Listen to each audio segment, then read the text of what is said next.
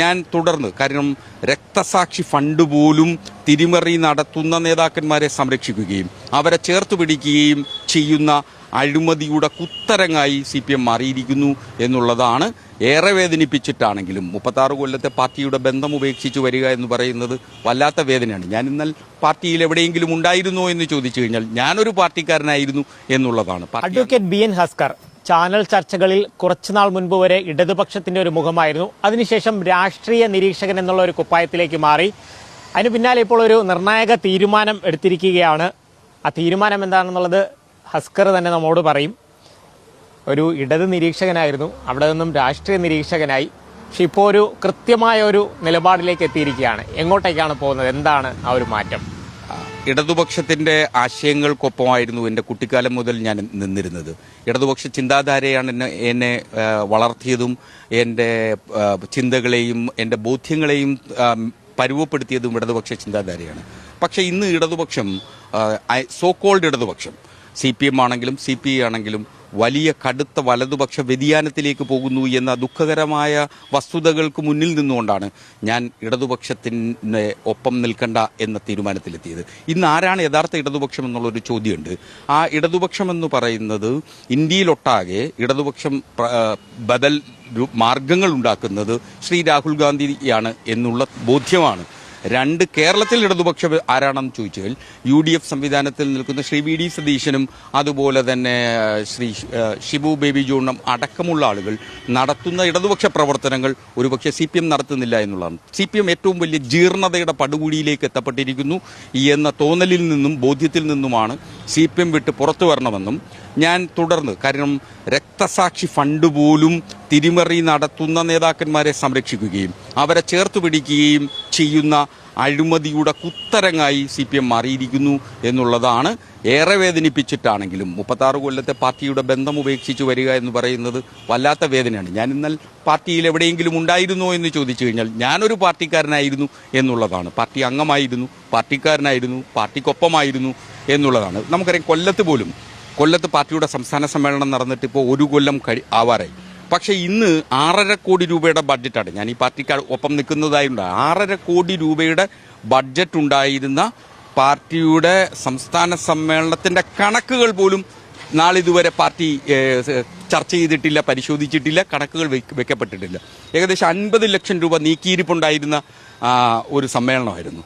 ആ 50 ലക്ഷം രൂപ നീക്കിയിരിപ്പുണ്ടായിട്ട് നാളിതുവരെ അതിൻ്റെ കണക്കുകൾ പാർട്ടിയുടെ ഒരു ഘടകത്തിലും വെച്ചിട്ടില്ല. ഞാൻ വെല്ലുവിളിക്കുകയാണ്. പാർട്ടിയുടെ ഒരു ഘടകത്തിലും അങ്ങനെ ഈ CPM സംസ്ഥാന സമ്മേളനത്തിൻ്റെ കണക്കുകൾ വെച്ചിട്ടില്ല.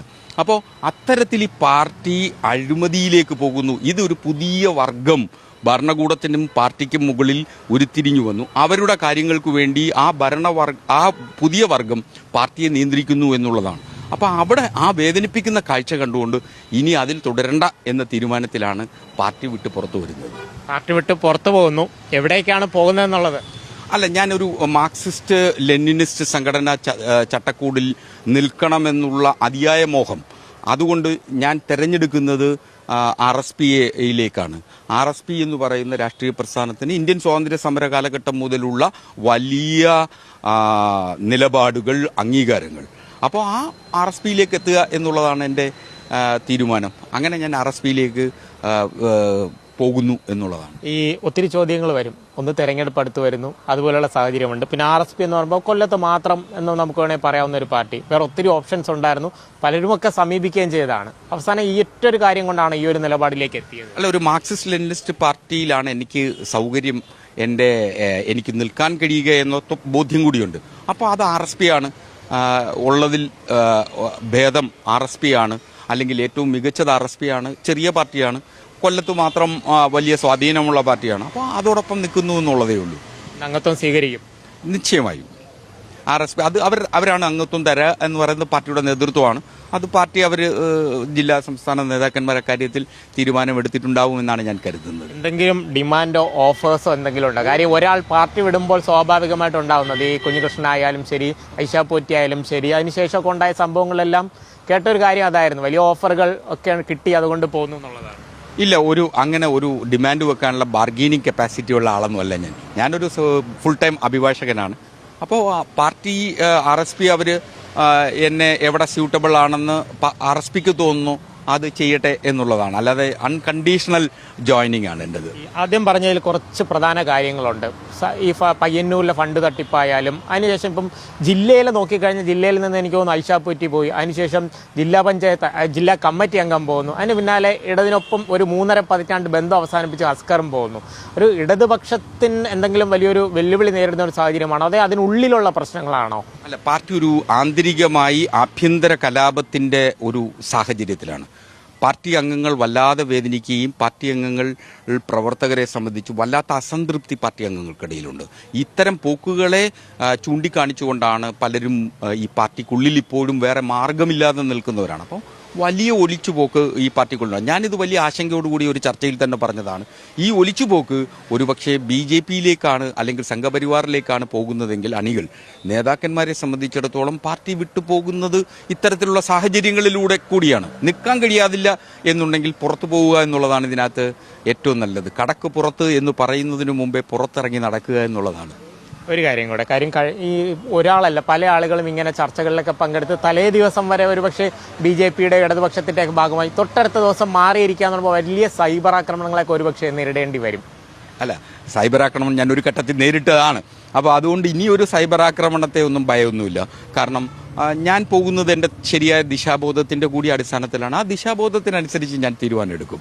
അപ്പോൾ അത് സൈബർ ആക്രമണത്തെ ഭയന്ന് അല്ലെങ്കിൽ ഏതെങ്കിലും തരത്തിലുള്ള ആക്രമണത്തെ ഭയന്ന് പേടിച്ചോടുക എന്ന് പറയുന്നതല്ലല്ലോ ഒരു കമ്മ്യൂണിസ്റ്റിൻ്റെ ജീവിതം. അപ്പോൾ സ്വാഭാവികമായി അത്തരം പ്രവർത്തനങ്ങളിൽ തന്നെ ഞാൻ ഉണ്ടാവും എന്നുള്ളതാണ്. ഒരു കാര്യം കൂടെ, ഈ ചില വിമർശനങ്ങളൊക്കെ ഉന്നയിച്ചു. അപ്പോൾ ചില താക്കീതിൻ്റെ സ്വരത്തിൽ സംസാരം, ഏതെങ്കിലും ജില്ലാ നേതാക്കൾ കുറച്ചുകൂടെ അച്ചടക്കത്തോടെ പോകണമെന്ന് അങ്ങനെ പറഞ്ഞിട്ടുണ്ടോ CPMന്റെ ഭാഗം? അല്ല, CPMന്റെ ലീഡർഷിപ്പിനെ സംബന്ധിച്ച് ഇപ്പോൾ ഉള്ള പ്രശ്നം എന്ന് പറയുന്നത് ഒരുപക്ഷെ ഏതെങ്കിലും ഇടഞ്ഞു നിൽക്കുന്ന ആളുകളെ ചേർത്തു പിടിക്കുകയല്ല, മറിച്ച് ഇടഞ്ഞു നിൽക്കുന്ന ആളുകൾ ഇടഞ്ഞു തന്നെ പുറത്തേക്ക് പോകട്ടെ എന്ന തോന്നലാണ് എന്നുള്ളത് കൊണ്ടാണ്.